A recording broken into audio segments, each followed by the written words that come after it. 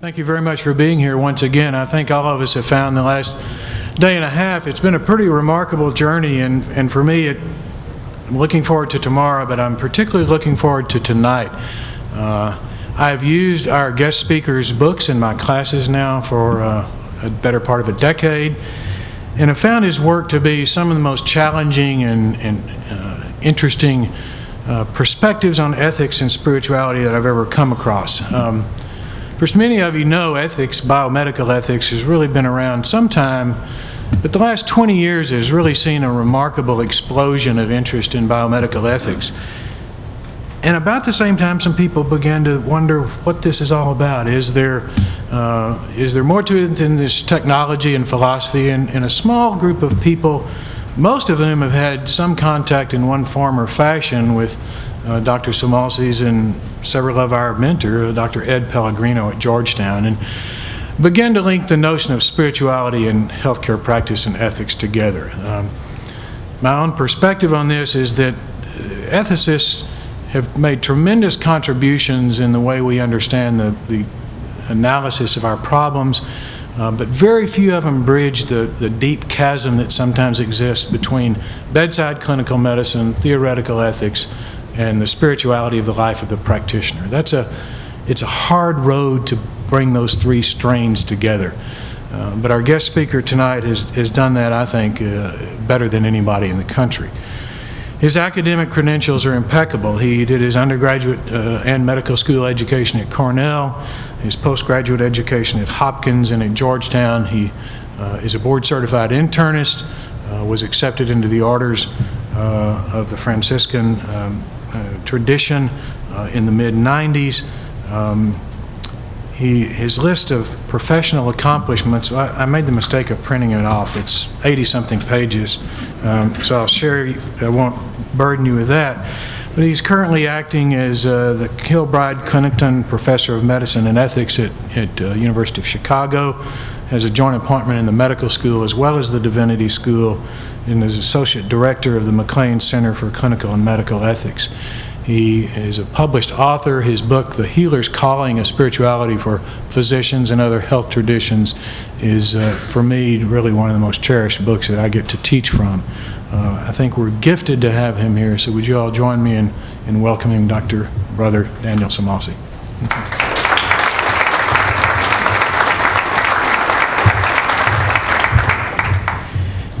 Well, thanks, Dr. Addis, for that very gracious introduction.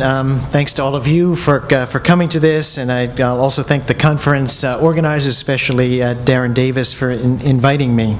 It's a real honor to give the Carl H.F. Henry lecture, but in doing so in the context of a symposium on faith and culture, I have a few caveats I've got to mention at the beginning regarding my methodology. Most notably, despite what you just heard, I'm going to be speaking philosophically. I'm not going to try to put all the spirituality and medicine and philosophy together tonight. I am a man of faith, and since I'm not schizophrenic and I believe in the unity of truth, my philosophical arguments are going to wind up being compatible with my faith, even if they prod and challenge the views of my tradition just a little bit. But my primary audience is actually wider than the Christian community, and since I believe that God has endowed all human beings with the ability to reason and a natural tendency towards goodwill, I think I can still engage those people in moral argument who don't share my faith. I fully recognize that both our ability to reason and our tendency towards goodwill are flawed. Niebuhr, as you know, famously observed that original sin is the only theological premise for which we actually have empirical proof. But still, I believe with St. Paul that there is a law written in our hearts, and I will then argue tonight in the natural law tradition, albeit with a little bit of an analytic twist. That's my first caveat. The second is that I hadn't really realized this was going to be an after-dinner talk, and it's actually fairly dry. So in some ways, I'm glad to be not giving it at a Catholic conference, because if it was a Catholic conference, everybody would have had wine with dinner, and you'd never stay awake. So, so here goes. Anyway, if you'll bear with me, I'm going to try to make three basic points. First, I want to describe 3 ways the word dignity has been used in moral discourse, both in the history of Western thought and in contemporary bioethics. And I'm going to call these the attributed, the intrinsic, and inflorescent uses of the word. Second, I'm going to argue that while all 3 senses have moral relevance, I want to argue, and this was something that came up with Gil Mylander's talk today, that what I'm calling the intrinsic sense, which I think would map closely to what he suggested was the personal sense of dignity, is in fact the most fundamental, and try to map the relationships between those. And third, I want to defend this view against a charge from people like Peter Singer that it's a speciesist concept. And then I'm going to save discussion of applications for the question and answer period. Okay? So that's the project. So the 3 senses. Now, there are lots of, and there's going to be lots of overlap with Gil Mylander's talk, although my method is different, and you'll just see convergence here, I think. So, many arguments in medical ethics make use of the word dignity. Many of the interlocutors use the word in different ways, and they often talk past each other. It's not all Ruth Macklin. There's a guy named David Badcott at Cardiff University who's argued that because the word is used in so many different ways, it's not a useful concept and it ought to be, as was suggested this morning, put aside. But I don't want to argue that that conclusion is far too hasty. It assumes that these various uses of the word are arbitrary, defined merely by idiosyncratic stipulations of the speakers, and are completely unrelated. I've looked hard at the various uses of the word and will argue tonight that these various uses can be classified into what I'll call 3 logically interrelated categories. But first, I'm going to start with just a little bit of theological philology. You know, it's often argued, you hear from people in the secular world, that this idea of dignity is essentially religious. But it's hard actually to make that case from Scripture. The Hebrew word for dignity, gedula, occurs rarely in the Hebrew Scriptures and means something more like nobility of character or maybe personal standing in the community. The Greek word most accurately translated as dignity, axioprepia, isn't used at all in the New Testament. The phrase te axioma is a little closer to worthiness, but that's also not found in the New Testament. What you do find are words like axios, which means worth or desert, as in the worker is worth his wage. That's where you find it. Another Greek word, semnotes, is sometimes translated into English as dignity. It occurs only 3 times in the Christian scriptures, and probably better translating that as seriousness. Aquinas uses dignitas in its cognates 185 times in the Summa, but you've got to really dig to find the sort of example that Professor Mylander used, because mostly the way Aquinas uses it is to say that everything has a dignitas according to its place in the great chain of being. So plants have more dignity than rocks, angels more dignity than human beings. In a nutshell, while I do believe that Christians may have always had some concept of human dignity, philological studies would suggest that until very recently it hasn't been developed into a clearly defined literary form or internally consistent set of ideas. It's a very long story, but my take on it is that the Kantian idea of dignity was married to the notion that human beings have been created in the image and the likeness of God. It probably occurs through a critical Kantian theologian named Antonio Rosmini, and though his influence of the words subsequently made its way into Catholic theology, it wasn't first explicitly used in Catholic social teaching until this encyclical Rerum Novarum from Leo XIII at the end of the 19th century, defending the dignity of workers. That's really the first time you get it used in anything like the modern sense theologically. And thus, I think it's by retroactive baptism of a Kantian idea that dignity became an important word for Catholic and subsequently other Christian theologies. Suffice it to say that Christians, I think, got the word from the philosophers, and only very recently, and it's not actually, contrary to what you hear, the opposite way. So, what does this word mean? Does it simply mean different things to different people and we might as well abandon it? Well, in general, dignity means worth or value. We use the word, and when we do so, we're making a claim about value. These value claims fall into three general categories that I've dubbed attributed, intrinsic, and inflorescent. Now, by attributed dignity, which is a category that is different from, it's the third one, I think, that is not really used by, wasn't used by Professor Mailander, but by attributed dignity, I mean the worth or the value that human beings confer upon others by acts of attribution. The act of conferring this worth or value may be accomplished individually or communally, but it always involves some sort of choice on our part. Attributed dignity in this sense is created by human beings. It constitutes a conventional form of value. Thus, we attribute worth or value to those we consider to be visiting, quote, dignitaries, those we admire, those who carry themselves in a particular way or have certain talents, skills, or powers. We can even attribute worth or value to ourselves using the word this way in an attributed sense. Now, I think actually in a slightly different way, at least the way Hobbes explicitly defines it, and this will be another difference with Professor Mailander, although I agree you might create a kind of Hobbesian view of the word, the way Hobbes defines it in the Leviathan is an attributed sense. Hobbes says, the value or worth of a man is, as of all things, his price. That is to say, so much as would be given for the use of his power, and is therefore not absolute, but a thing dependent on the need or judgment of another. The public worth of a man, which is the value set on him by the commonwealth, is that which men commonly call dignity. Right?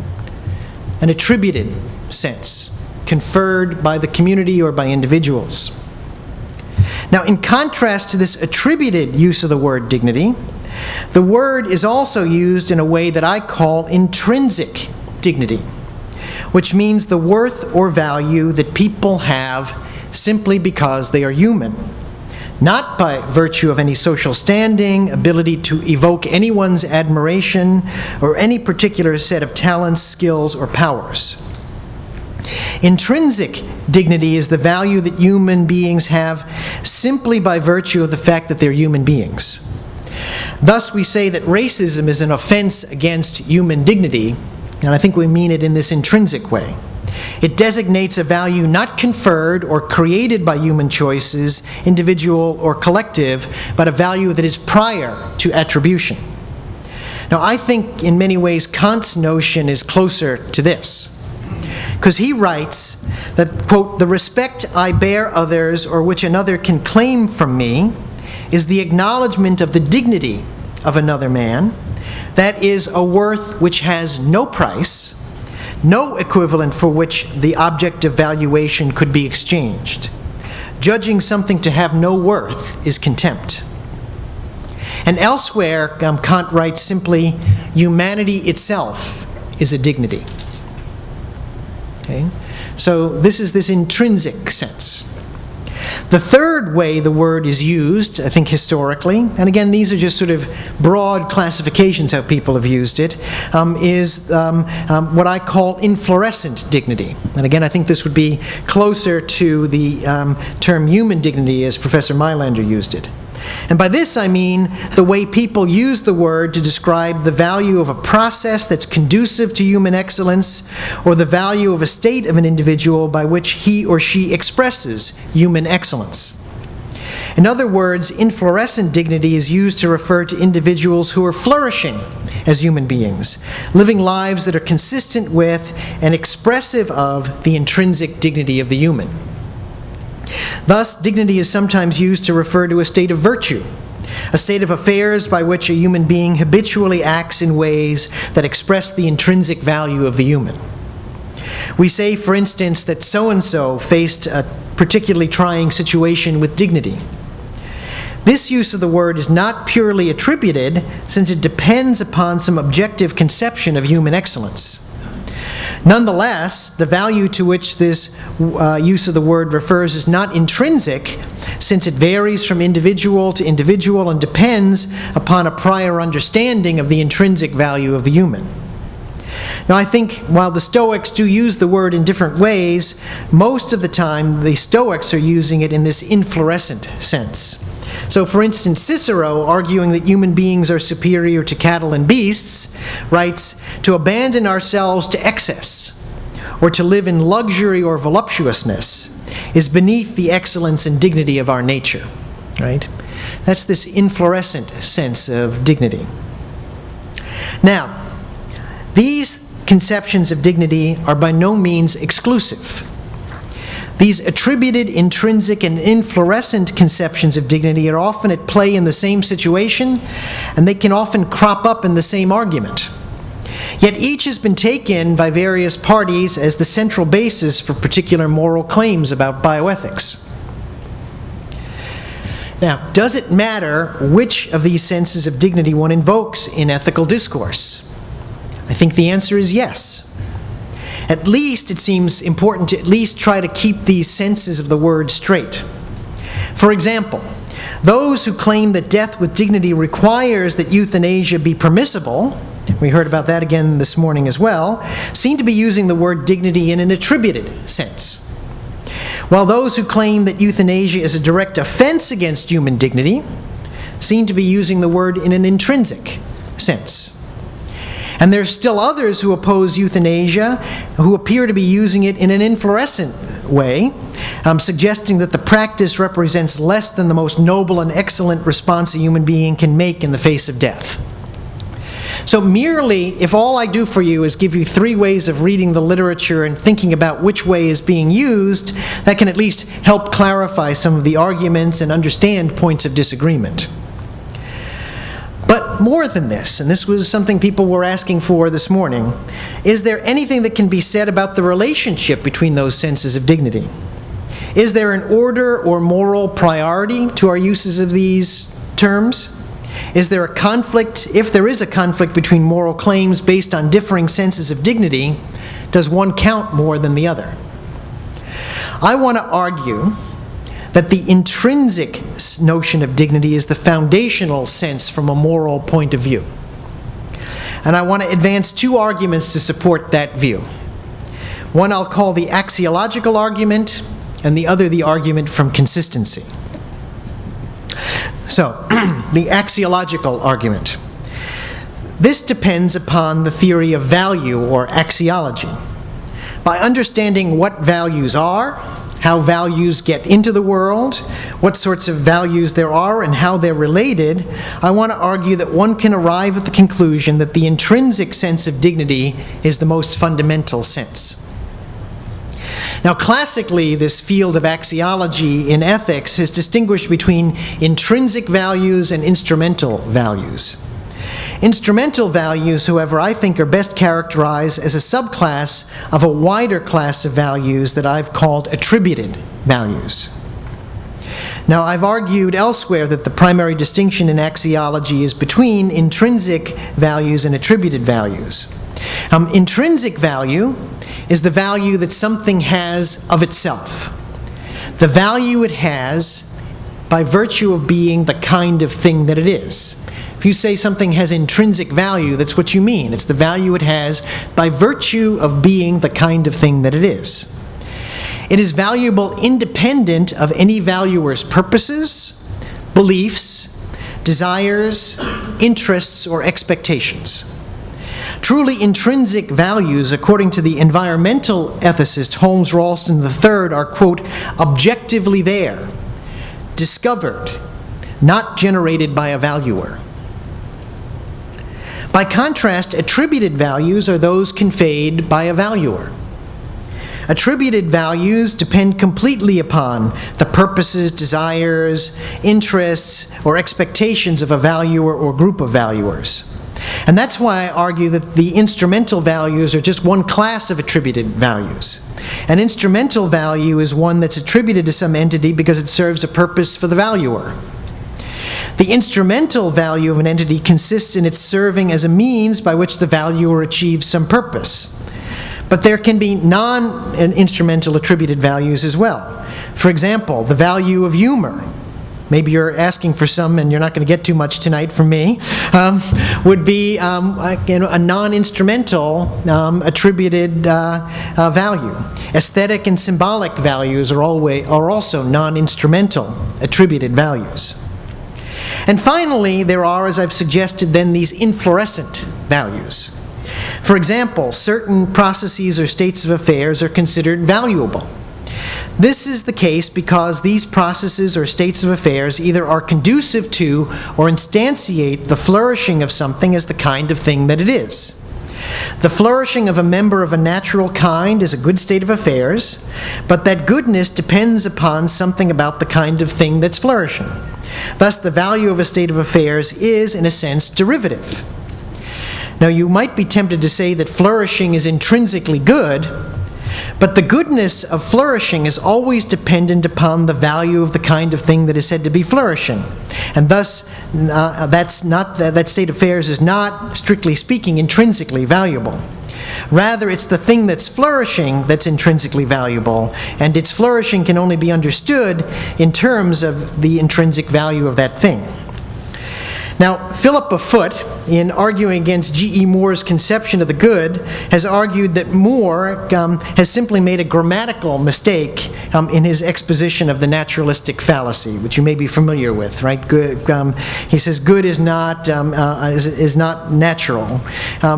But what Philip Foot observes, that good is not a predicative adjective like color, but a kind of adjective like tall or lengthy or boring that depends upon some prior knowledge of the thing under discussion. Likewise, human virtues like courage are not in a technical sense intrinsically valuable. We seek virtue in the end not for its own sake, but for the sake of our humanity. For instance, the virtue of courage is a state of affairs of an individual member of the natural kind, but the value of courage is dependent upon our knowledge of the kind of thing that a human being is, and upon the value of being human. Human virtues are good because they instantiate aspects of the flourishing of the human natural kind in virtuous individuals. Now, what does that whole disquisition have to say about dignity? Well, I think intrinsic dignity is simply the name we give to a special type of intrinsic value that belongs to members of natural kinds that have kind-specific capacities for language, rationality, love, free will, moral agency, creativity, humor, aesthetic sensibility, and an ability to grasp the finite and the infinite. The phrase attributed dignities then refers to several non-instrumental values that are attributed to members of any natural kind that already has this intrinsic dignity. It is not just attributed value. Butterflies, just any attributed value, right? Butterflies have both instrumental and non-instrumental value for us as human beings, right? We can either make silk out of them or get some pleasure aesthetically out of their beauty, but we don't call the value of these butterflies dignity. We attribute various dignities and indignities only to what has an intrinsic value that we first recognized as dignity. And lastly, the phrase if inflorescent dignity, as I'm using it, refers to a state of affairs in which a member of a natural kind that has intrinsic dignity is flourishing as the kind of thing that it is. By definition, then, inflorescent dignity depends upon intrinsic dignity. Thus, while there are these three basic ways to use the word dignity, intrinsic dignity is the foundational notion. One defines attributed and inflorescent notions in terms of the intrinsic notion. Now, the next step in the argument is to note that if there are intrinsic values in the world, the recognition of the intrinsic value of something that depends upon one's ability to discern what kind of a thing it is. This brings me to the notion of natural kinds, a relatively new concept in analytic philosophy. But the fundamental idea behind natural kinds is that to pick something out from the rest of the universe, you have to pick it out as a something. This in turn leads to what its proponents call a modest essentialism, that the essence of something is that by which one picks it out from the rest of reality as anything at all. It's being a member of a kind. Now, the alternative to me seems inconceivable, that reality is actually completely undifferentiated and that human beings merely carve up an amorphous, homogeneous universe for our own purposes. Reality isn't homogeneous, but it's lumpy. It comes differentiated into different kinds of things. And it just seems bizarre to me to suggest that there really are no natural kinds of things in the world independent of human classification, no such things de re as stars, slugs, or human beings. So intrinsic value, to repeat, is the value that something has by virtue of its being the kind of thing that it is. And thus the intrinsic value of a natural entity, the value that it has by virtue of being the kind of thing that it is, depends upon one's ability to pick that entity out as a member of a kind. Intrinsic dignity, then, is the intrinsic value of entities that we can pick out to be members of any natural kind that is, as a kind, capable of language, rationality, love, free will, moral agency, creativity, humor, aesthetic sensibility, and an ability to grasp the finite and the infinite. Now, importantly, the logic of natural kind suggests that one picks individuals out as members of that kind, not because they express all the necessary and sufficient predicates to be classified as a member of a species, so this is different from species, but rather by virtue of their inclusion under the extension of a natural kind that has those capabilities. The logic of natural kinds is extensional, not intentional. One simple way of putting this is it's the most primitive, as somebody put it to me the other day, it's the most primitive thing you learn on Sesame Street, right? One of these things is not like the other, right? You've seen that. One of these things doesn't belong. It's the primitive logical thing we do, right? Is sort of say, these are the same kind of thing, these are not. Right? Put more fancily by David Wiggins, it says, the determination of a natural kind stands or falls with the existence of law-like principles that will collect together the actual extension of that kind around an arbitrary good specimen of it. And these law-like principles will also determine the development and characteristic and typical history of members of that extension. Very fancy way of saying what Sesame Street logic says to you. You can pick out things as being members of kinds. For example, very few bananas in the bin in the supermarket express all the necessary and sufficient conditions for being classified as fruits of the species Musa sapientium, right? If you define a banana as a yellow fruit, yet some specimens in the bin may be yellow, some may be green, right? Some may be spotted, some brown, some may even be black. Nonetheless, you know, because you've got Sesame Street logic, they're all bananas. They're all bananas.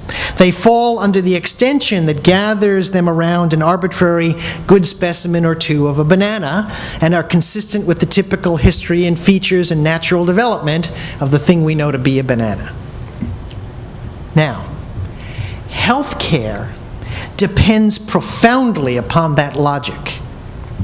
It's not the expression, for instance, of rationality that makes us human, but rather our belonging to a kind that is capable of rationality that makes us human. When a human being is comatose or mentally ill, right, we first pick the individual out as a human being.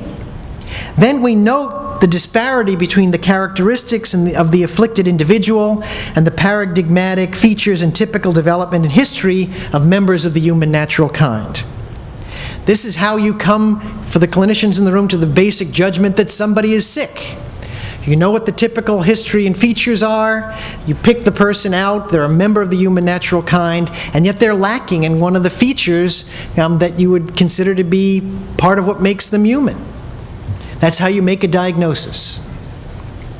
So, if there is such a thing as intrinsic value in the world, then intrinsic dignity is the name we give to the value of all the individual members of any and all kinds that share the properties we think essential to the special value we recognize in the human. Thus, because a sick individual is a member of the human natural kind, we recognize that this individual has the intrinsic value that we call dignity. Right? So that's my axiological argument. If you're still with me, it's a little easier going through the argument from consistency, so I'll go through that next. And that is an alternative means, I think, of reaching the conclusion that intrinsic dignity is the primary sense out of these three. And the argument is simple in its form. Consistency is at least a necessary condition of a valid moral argument, even if it's not necessarily sufficient. And in discussions about fundamental moral meaning of a word like dignity, which can be defined as worth or value that a human being has, we can either say that a human being has that value either in terms of some property that some entities have and some do not, or that the value comes simply from being human. And I want to show that defining the moral meaning of dignity as a value that certain entities have by virtue of their possession of any particular candidate property leads to gross inconsistencies in some of our universally shared, settled moral positions if they're applied consistently to human beings. And therefore, I think we're led to the alternative, that dignity is the fundamental sense, in this intrinsic sense. And this kind of argument depends, of course, on the exhaustiveness of the list of candidate properties, and it's not decisive, but I think at least puts the burden of proof on those who would oppose assigning the moral priority to the intrinsic sense to come up with some alternative property, such as age or size or strength or brain waves or skin color, that define what gives the fundamental worth or value that we call dignity. So what are the candidate properties that people propose to be defining what dignity is? Well, some have argued that human dignity in its most fundamental moral sense depends upon the amount of pleasure or pain you find in a human life. Hedonism certainly has its adherents, whether they're egoistic, or utilitarian, but even hedonists might not want to promote the idea that pleasure-pain calculus is the theory they have of human dignity.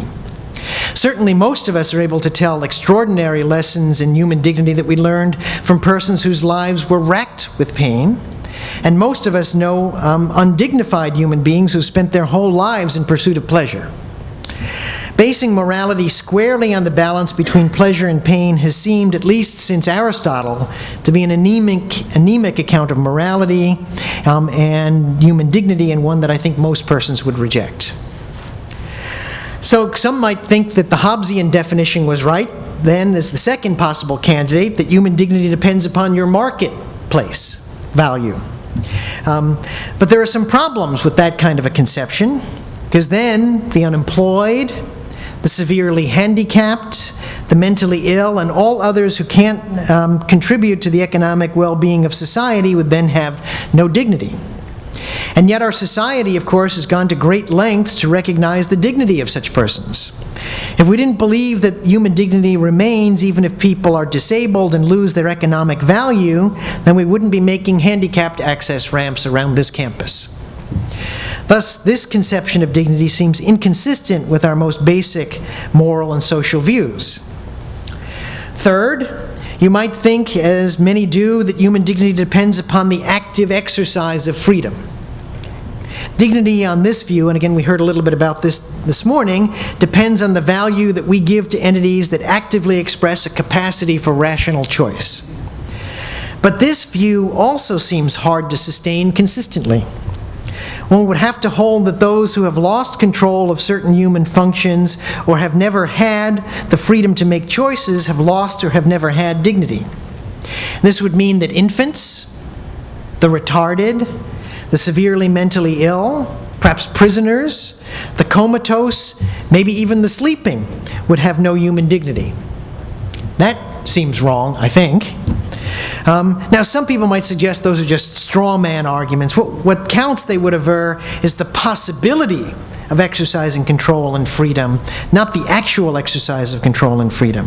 One might suggest that some individuals without full control and freedom nonetheless deserve to be treated with dignity, either because they have a potential for exercising such a capacity, so that children, for instance, come to regard it in some philosophies as placeholders for persons with actual dignity, or they have a history of having exercised such a capacity, so that the demented, for instance, come to be regarded as remnants of persons with dignity. But that seems to me to be quite tenuous. Do any of you feel secure as a placeholder or a remnant? Further, those arguments can't answer why those who never could or never will make free rational choices, such as the severely retarded, are worthy of being treated in accord with human dignity. Now, there are those who would suggest that the capacity to exercise rational choice, at least at a threshold level, has not been refuted by these kinds of arguments. They fail to see how arguments that would lead to the moral legitimization of practices such as infanticide, the experimentation upon the permanently unresponsive without their consent, shouldn't be regarded as the reductio ad absurdum refutations of their positions. Rather, these people, and you've heard them, fancy themselves as heroes, right? Bravely embracing these stark conclusions as the moral consequences of a new and enlightened form of thinking, finally free of the prejudices that weigh the rest of us troglodytes down.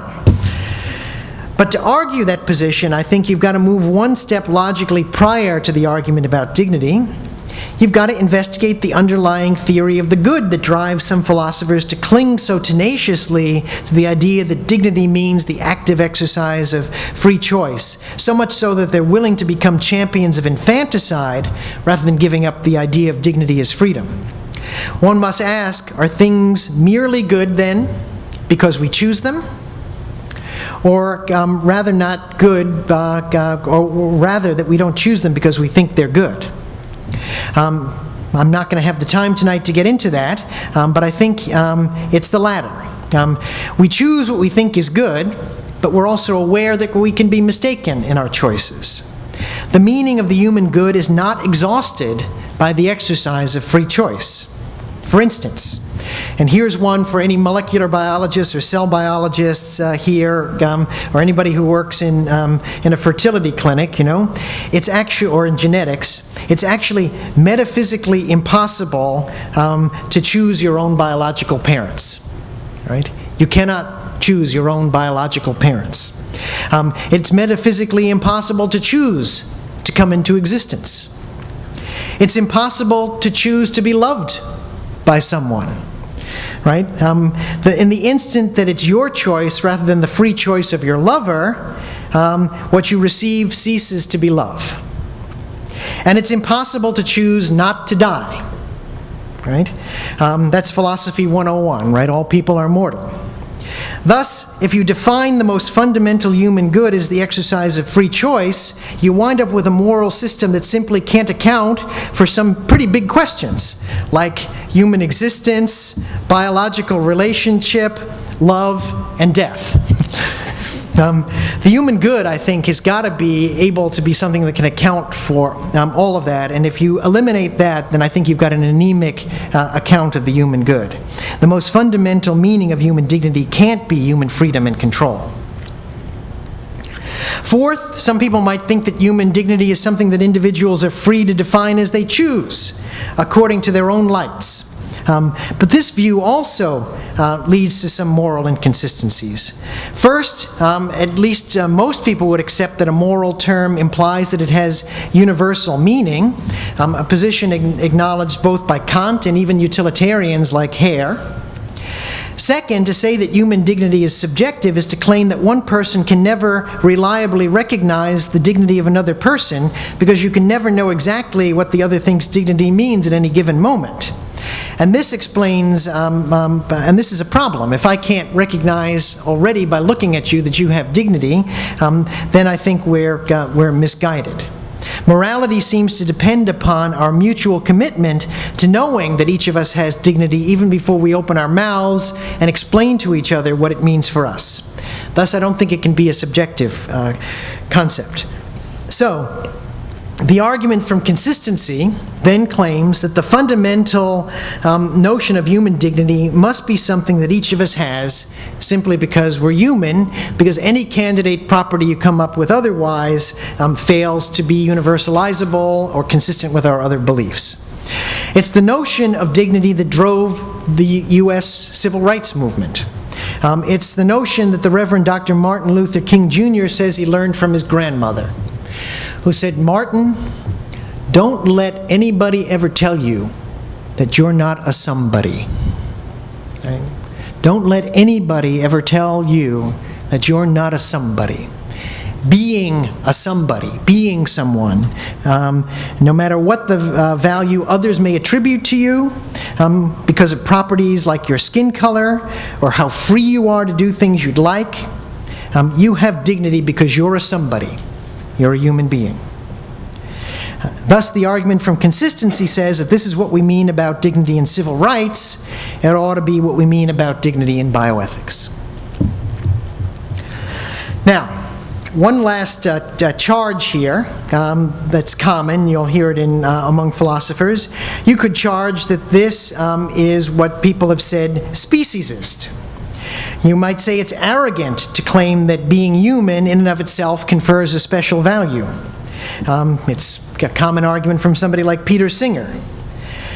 But you have to be careful to note, if you were listening, that my argument is that all natural kinds have intrinsic value, not just the human natural kind.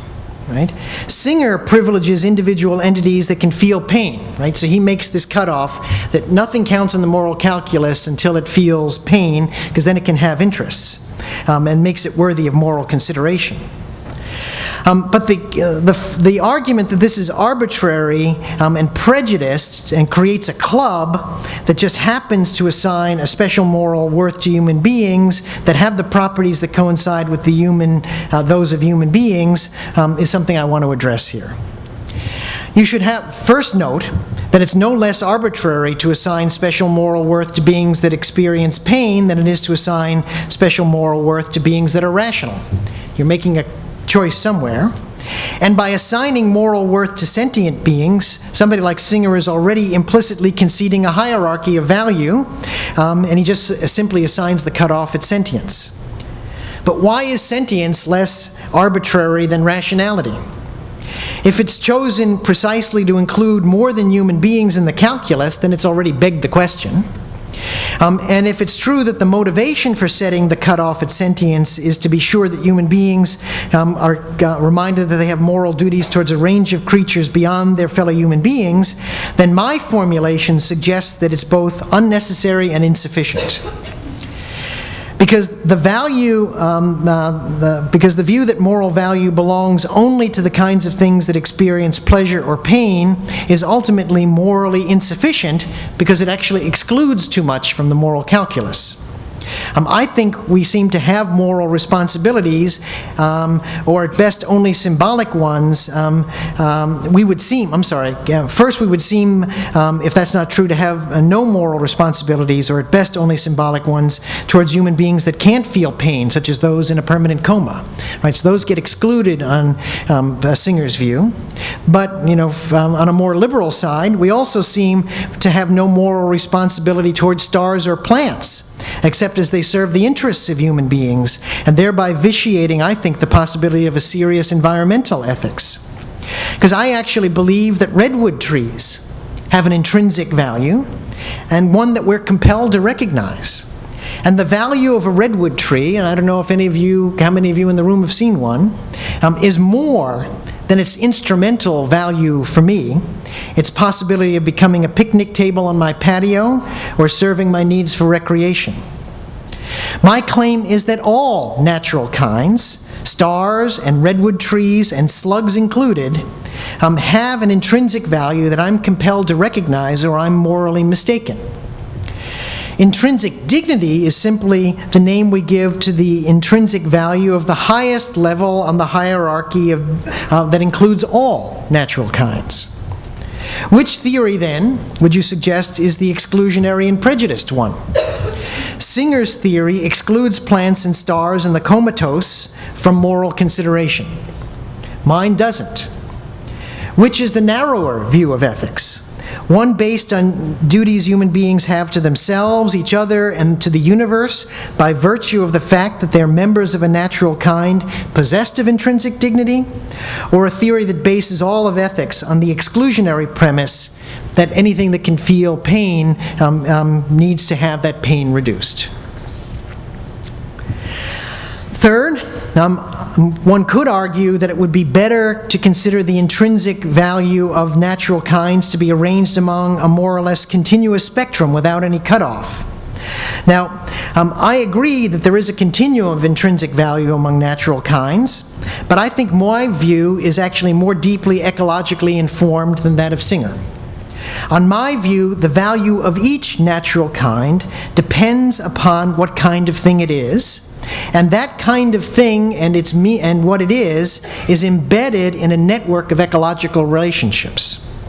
Further, as I've already observed, to admit of any continuum whatsoever is to admit of distinctions. And it seems to me just obvious that there's increasing complexity in the evolution of the biological world, and that the nature of the human natural kind and its place within the ecosystem gives the highest level along such a putative continuum of intrinsic value to human beings. If so, then human beings would just be the sole known natural kind at the top of a continuous scale of intrinsic value of natural kinds. If one were to refer from calling the highest level of intrinsic value intrinsic dignity, and this I again would agree with Gil Meilander, it wouldn't matter functionally with respect to questions about what we ought to do. You can call it something else. But all that counter-argument would do would be create a new vocabulary without making a moral difference. Lastly, because I want to make this a little shorter here. Let me cut this a bit. Let me go to this. The theory that I have is intrinsically, I think, then anti-speciest. Because if there are other kinds of entities in the universe besides human beings that have, as kinds, capacities for language, rationality, love, free will, moral agency, creativity, humor, aesthetic sensibility, and an ability to grasp the finite and the infinite, they would also then, in my view, have intrinsic dignity. Whether they're extraterrestrials, angels, or arguably some other known animal kinds. The very idea, furthermore, that there is an interpersonal human ethic implies that there must be what the philosopher J. David Velleman has called an interest-independent value. The value that an individual has, the value of the individual whose interests they are. If one were to build an ethic upon some just intersubjective agreeable premise such that we should all act as if there were an intrinsic value to being human and act accordingly, even though enlightened by philosophy we really know there isn't any intrinsic value to anything, we'd be on a very perilous position, because all our ethics would be conditional based on an as-if statement that would be arbitrary, and ultimately, if you're to be concerned about the interests of a person, it's got to be founded, I think, upon some respect for some sort of inherent value in the person whose interests they are. And that's the value that I call intrinsic dignity. Now, it is in recognition of the intrinsic dignity of the human that I think we've established the healing professions as our moral response to those of our kind who are suffering from disease and injury. Because the plight of the sick, and the clinicians in the room will know this better than I, or as much as I do, the plight of the sick has little instrumental value, rarely serving the purposes, beliefs, desires, interests, or expectations of any of the rest of us. Rather, it is because of the intrinsic value of the sick that we have established health care professions to serve them. And thus I would argue that intrinsic human dignity, in the end, is the foundation of all of healthcare. And that conclusion, of course, has very far-reaching implications for bioethics that perhaps we can get into in the question and answer. So thank you very much for your patience with something that's pretty dense for after dinner, but I hope we can get into more detail in this discussion. Thank you.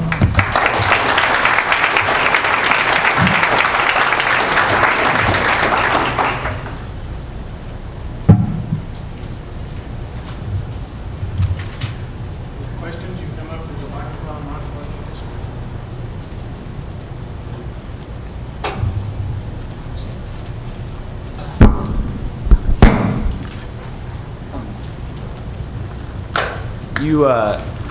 You established intrinsic dignity, if I understand correctly, on the potential for certain qualities such as rationality and the understanding of finitude and so forth.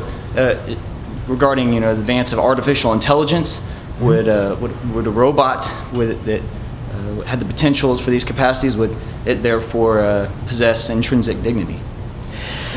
It's a good question. It comes. It's one of the reasons that I think that, to some extent, explains some of the problems we have with a lot of our emerging technologies. I mean, one of the reasons we say, for instance, that I think that cloning is a threat to human dignity, and sort of nanotechnology and these sort of transhuman things are the same, is that this depends upon our recognition of the intrinsic value of something that's already there.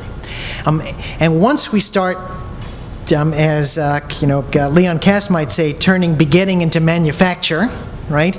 Then we're sort of crossing the line, aren't we, between a natural kind and an artifact, something that we've created. But nonetheless, as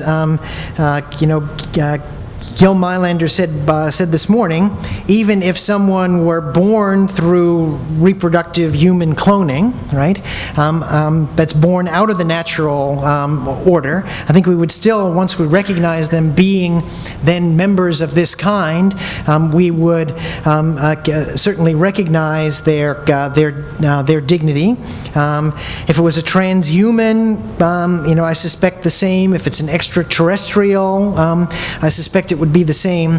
But the problem is that once we begin to create it, right, then it blurs the line between something we're compelled to recognize and something we control and have created. And that's where the threat, I think, comes in, and our power spilling over. So I think it's one of the reasons we ought not to transgress those kinds of lines. But if out of the natural order, some hybrid robot human or a cloned individual is created, then we would recognize them as members of a kind that has kind-specific capacities and would recognize that value. But the threat is the control part, that we would be in control, that we would have more of a reason for not recognizing their intrinsic value, but treat them as an artifact that we have controlled and created, which is the threat to their intrinsic dignity. So, should I just recognize people, or yeah? Okay, go ahead. Yes. Yes, please. Yeah. We need a wireless Oprah Winfrey mic here to move around. So one of the blurred lines that we see coming in the future has already started to happen is with animal-human chimeras, specific chimeric embryos. So here we have a spectrum of actual and potential cases. And working within your framework, right, the goal is, when do we recognize something as a member of this natural kind that we call human, which, going along with the anti-speciesist argument, can't just be reduced to it has human DNA. Right. So at the low end of the spectrum, we have like the skid-hue mouse, right? We call it a mouse, recognize it as a mouse. At the other end of the spectrum, we may have a human being who's subject to xenotransplantation, has a pig heart valve. So obviously there's the whole spectrum in the middle of potential animal-human chimeras we could create, either only at the embryonic level or allow them to develop. So I'm curious, what from an analytic perspective, what necessary and sufficient criteria would we have to look for to be able to say, this is an animal, and maybe we should not have created it, but we're still, once it's created, we treat it as an animal, and now we have a human, and probably should not have created it in the first place. Okay. A great question, and I think that actually you're very right that the question about chimeras is much bigger than people have paid attention to, and part of what it raises these questions about whole and part. I mean, they're really basic metaphysical questions, wholes and parts and identity and Aristotelian language, substantial change. When does one thing become another? One kind of thing become another kind of thing, and certainly, yes, putting a pig valve into a human being, we recognize doesn't blur that border. Putting a human insulin gene into an E. coli bacterium, doesn't turn that into a human being. But yes, there's probably at some point a potential for saying that this has changed into either a third kind of thing, but where we, again, it's a reason to be extremely morally cautious about doing these things, but it raises lots of metaphysical questions that I actually intend to look at, but haven't looked at seriously. I mean, some of it is the logic of wholes and parts, Mariology, right? And some of it is just back to questions from Aristotle. You take the ship apart, put it back together. Is it the same thing again? Is it a different kind of thing? If you take different parts, if it's the same thing made out of all different parts, what's continuity and identity? And these are big questions that the chimera research is raising. Fortunately, none of them are quite there yet at the question of whether it might become a third kind of thing, which might also have these kind-specific properties that we would have to recognize. But again, like cloning, like the transhumanist stuff, I think it's another reason for real caution about that, because of the worry that even if we work, and this goes back to Mary Shelley's warnings, right, and Frankenstein, right, that we create these things and then we think we're the master of them, and I don't think we've thought about the metaphysics of this enough, and certainly haven't thought about the ethics enough. But it's reason to be deeply cautious about these kinds of questions. Oh, you're first. Okay. Yes. Okay. So I like your definition a lot, and I think that I might even be tempted to go with it. But I'm wondering... Temptation, right? I think that if we are going to define... this is actually related to the last question. If we're going to define the inherent human dignity as something that comes from the potential of belonging to a class that has certain necessary and sufficient conditions, but it's not actually possession of those, then we'll have problems at both the beginning and the end of life, because when you have gametes, you have the potential for belonging to this class, but almost no one would say that that's yet human. And after death, it doesn't help us resolve when the point of death is, someone with a whole brain death, or someone that is even beyond physical death. So I think my question is, would the implications of this be that we would not be able to, we would have to be cautious about using the term dignity in debates with people that are not sharing our suppositions? In other words, maybe it wouldn't be rhetorically useful anymore, because we actually don't have a way of distinguishing between those other than what our moral intuitions already tell us. Great. Well, that's a good question, and it's particularly because it was raised before and I didn't respond to it, this question about potential. I am not saying that a retarded human being is a member of the human natural kind because it has the potential for properties that belong to the rest of the members of the kind. I'm saying it is a member of the kind, and we can make that judgment independent of its potential to exercise those kind-specific properties. So it's not, and then there's an important distinction. So that's a distinction in logic between extensional logic, right? That we sort of classify this as a member of the the kind, but not based on necessary and sufficient conditions, nor upon potentials. Okay? And the second distinction has already been made, and I was taught very well by Alfonso Gomez Lobo, who was on the previous President's Council, and he wrote a good article about this in the journal that I edit, Theoretical Medicine and Bioethics, that people get terribly confused all the time between the difference between potentiality and potential. Right? So, a gamete, and, two gametes, right, a sperm and an egg have the potential in the sense of probability, the possibility of coming together, right? But they do not possess within themselves an ongoing, self-expressing, natural potentiality that gets expressed in the right environment that's already inherent in them once they've fused as a fertilized ovum, right? So there's a difference between the potentiality, which is the inherent set of properties in the thing which, given the right conditions, express themselves. What Wiggins says is the kind, typical features and natural history, versus the possibility that it might happen. Right? Those are two different. So it's an ambiguity in the word potential.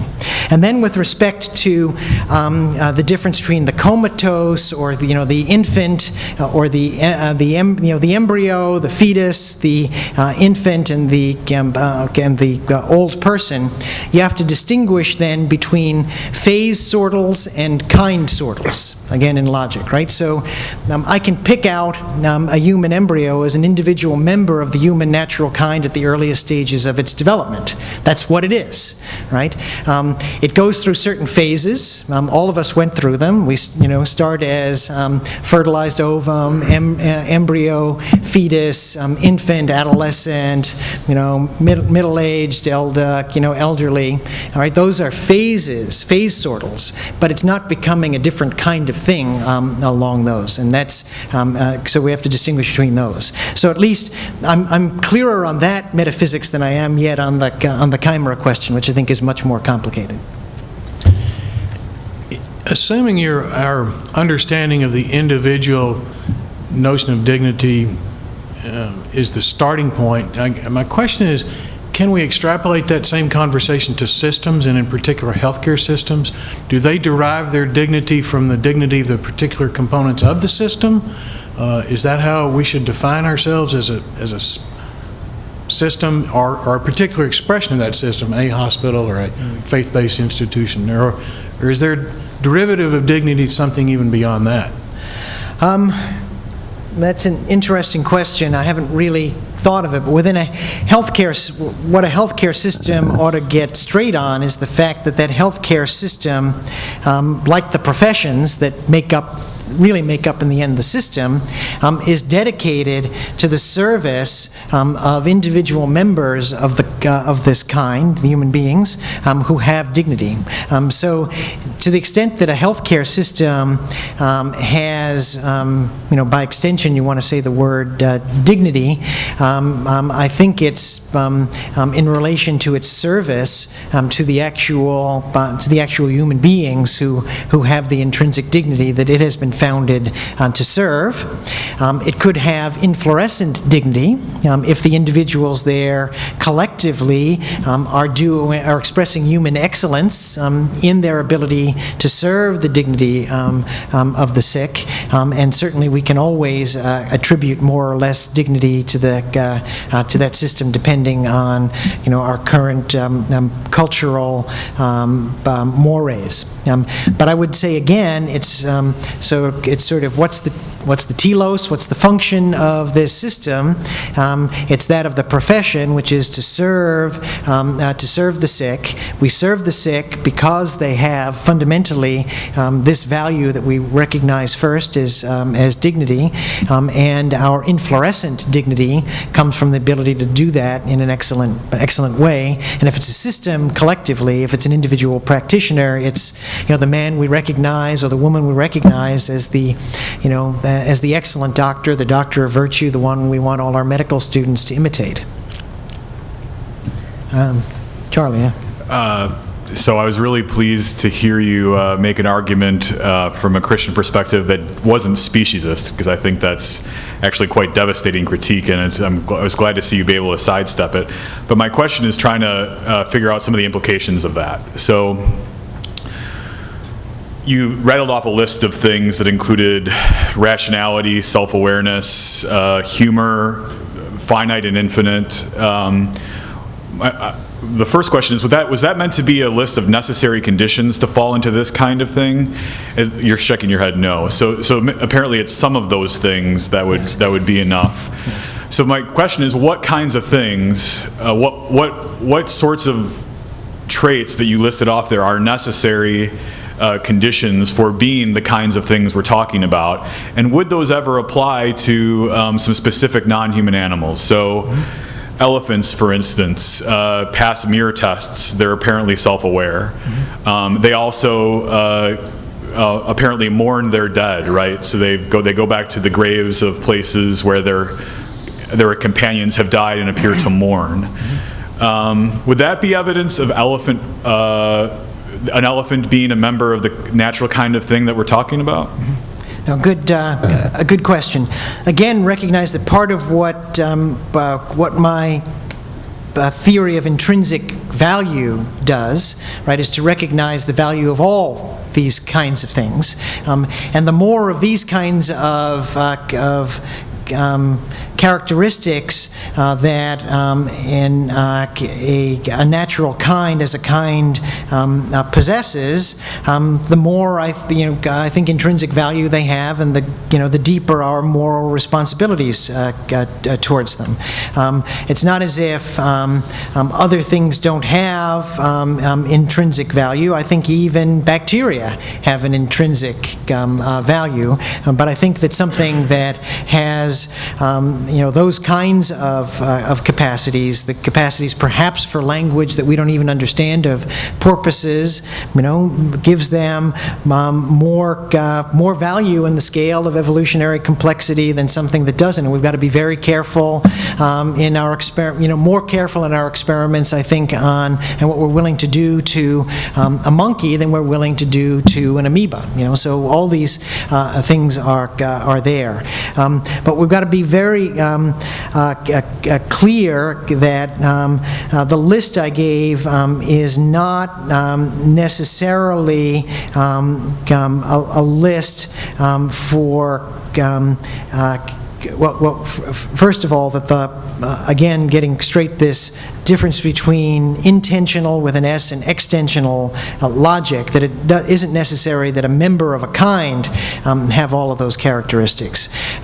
Whether I want to make any or all of those kind-specific features necessary and sufficient conditions for the dignity status of a particular kind of thing, where I think you could say that they're necessary and sufficient conditions for the kind rather than the individual. That's possible. I haven't worked it out at that level. It's just sort of now a sort of working list. It may be that we want to sort of say that some are necessary or sufficient, but right now I'm still doing a kind of extensional rather than intentional logic with it as well, even for the kinds rather than the individuals. Yes.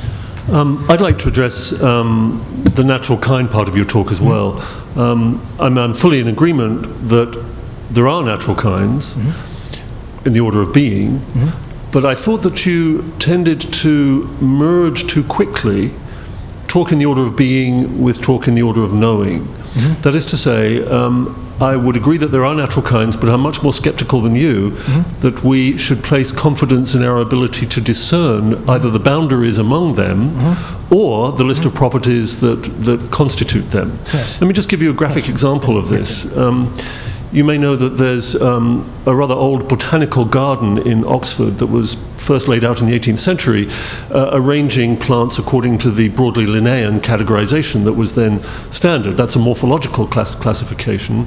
As genomic analysis of plants began to develop in the last 25 years, and especially in the last 15, it became apparent that that mode of classifying plants into kinds overlaps only in part, and in fact not all that much, with classifications by genotype. Arboretum. So, in fact, the garden was largely dug up and replanted.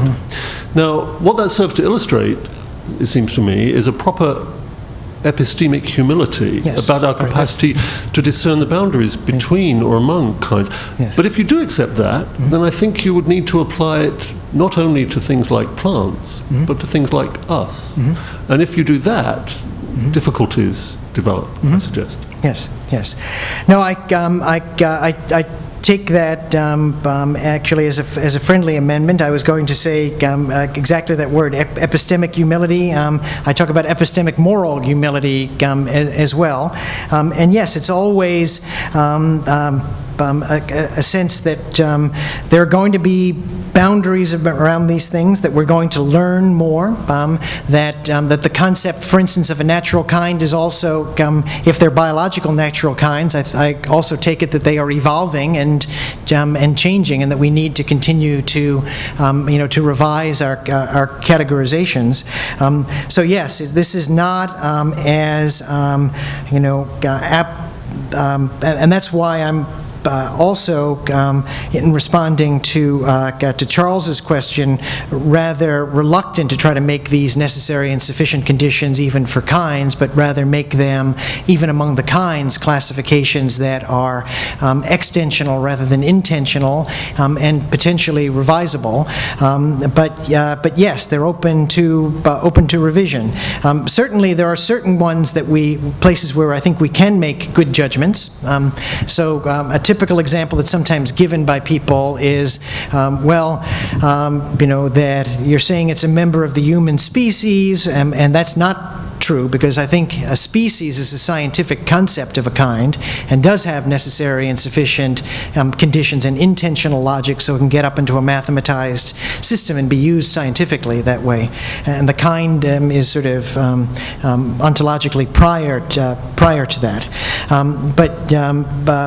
But the example that's often given is, well, what about a mole, a hydatidiform mole, which has human DNA, but is actually a tumor? And again, I simply say that it doesn't take more.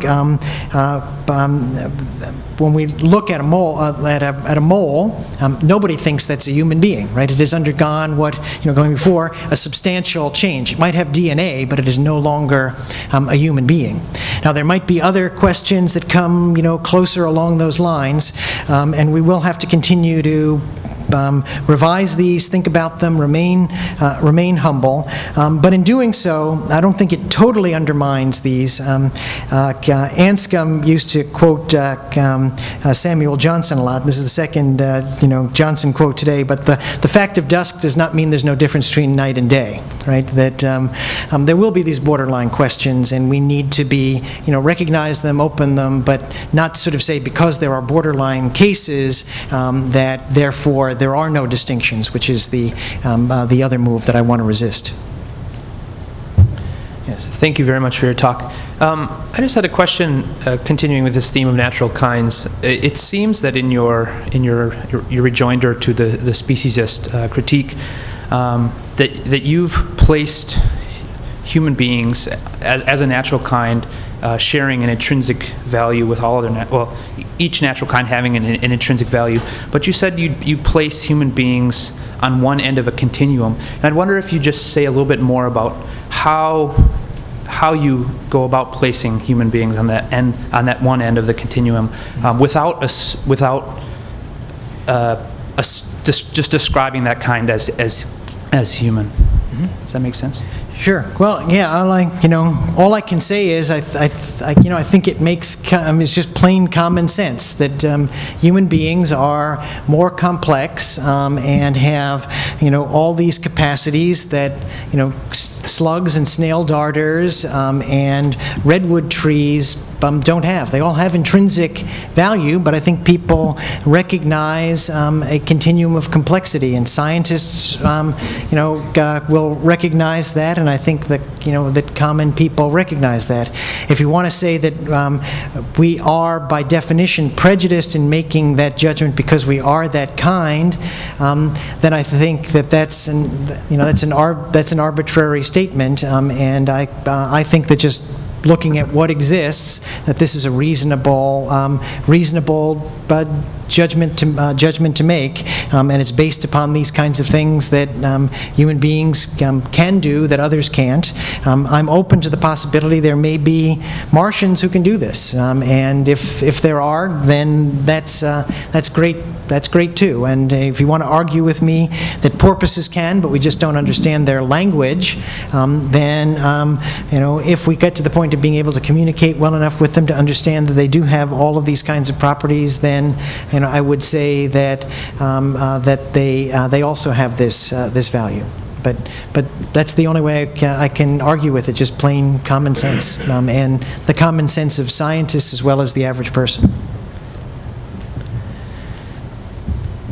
I think this side, This, I think, is a continuation of the question that's just been posed, but let me see if I can articulate it in such a way that brings you and Gil Meilander in further conversation. Mm-hmm. It looks to me like with your notion of dignity and one of his notions of human dignity, it's really based on being a kind of a certain sort. To use your language, every kind has a certain intrinsic value, mm-hmm. but the real issue then becomes why some kinds of things with intrinsic value get treated differently than other kinds of things when all of them have this intrinsic value. So, for example, in Texas, we Texans love horses, mm-hmm. and we recognize them to have value. But if they break their leg, mm-hmm. we often shoot them. Mm-hmm. But we won't do that to human beings. Mm-hmm. And except in the Netherlands, but go ahead, yes. Right. And so one of the why don't we? Mm-hmm. Mm-hmm. And it's not a so one possible answer is human beings are in a natural kind whose it sounds like you're saying, whose complexity is of a certain sort, that very complexity mm-hmm. requires us to treat them differently. Mm-hmm. I understand Gil Meilander to be given a different answer. Mm-hmm. That answer, it may be compatible with it, but it's that each individual mm-hmm. of the natural kind, human beings, are equally loved by God, mm-hmm. Mm-hmm. or something of that sort. Sure. So, yeah. How would you sort this out with respect to your own position? Sure. What you've just, come to is the limits of philosophy, right? So I've, sort of said this is as much as I can do without invoking faith premises to make this kind of an argument and try to make it in a secular world. It's a position that I think is compatible with my own theological views and compatible with Gil's. I will say that I think there are two sort of theological senses, and there's maybe some tension that I don't think is in the end a tension regarding both our value being intrinsic in the sense of being created in the image and the likeness of God, and also what some theologians, I guess beginning with Helmut Thielicke, although he said it was a concept of Luther's, but I've never actually found in Luther says alien, does not say alien dignity, right? Which is what Thielicke says, but is based on the fact that we are loved enough to have been created and redeemed by God. My view is they're in some ways two sides of the same coin, right? If I am created, then I'm a being in relationship to my Creator, and if that being has made me in the image of that being, God, then I both have the property and I have it in relationship to the one who created me, and that these aren't essentially incompatible notions. But yes, when push comes to shove, I think that's the best answer we can give to this question. And we might want to raise other questions about which I think would be interesting theological speculation. Humans are the only stereotype we have for beings of this kind, of whether the redemption and grace of Christ, reaches out to other beings in the universe that might have these same things. I don't know. I haven't seen them yet. But if they were there, I suspect that they would have also been created in the image and likeness of God, and would also have somehow been redeemed. And maybe, in parallel universes, there was some kind of, you want to get very speculative, that incarnation happened simultaneously in parallel universe. I don't know. Who knows? But that's very speculative. But sort of this theological sense, though, yes, is I think my philosophical view is compatible with it. I gave you philosophical arguments in which I raised no faith premises, told you a little bit about Scripture and how that at least the Word isn't there, and made a philosophical argument that's compatible with a theological one. But ultimately, as a man of faith, I think the answer to the questions are both that I'm created and loved by my Creator. So. Well, it helps not a bit in argument, but maybe on the pastoral level, when we're saying that this retarded creature has the potentiality, although potentially will never be any more than that in this life, but in the resurrection, we're telling ourselves that this is going to be a normal being. God loves it now, and it'll be easier for us to love it if we think of what it will be then. Yes, I think that, again, that sort of follows on the previous question. I mean, if you have Christian faith, all of this becomes a lot easier. I wouldn't have to go through the kind of complicated argument I've gone through here. This is an argument for people who don't share that faith. That yes, somebody, I guess it was Stephen Post who showed us, Jean Vanier with the retarded individuals, and Vanier sees the image of God in that person. This gets partly back into some of maybe what some of you thought I was going to do tonight. Is some of the spirituality work that I do, is that sometimes I think we as healthcare professionals get too caught up in thinking of ourselves as channels, right, of God's healing for people, and people pray for us. God they pray for their surgeon that God would work through them as an instrument to heal them, and I do think that that's true. But I think what a lot of healthcare professionals miss is the way Christ comes to us. As he promised, outcast, wounded, sick, and that in reaching out to heal the sick, we are actually welcoming and embracing the one who loves us and redeems us, and so I think again that becomes a kind of discourse I can have with someone who shares my faith. It's the kind of things I write about in my spiritual works, which are in some ways much more pastoral and geared toward healthcare professionals, or a bit more inspirational and not as analytical as this. But as was mentioned before, I think they're both compatible, right? These are not things that are totally separate from each other, but as I started at the outset of my talk, believing in the unity of truth, I think that these things can ultimately be reconciled. So.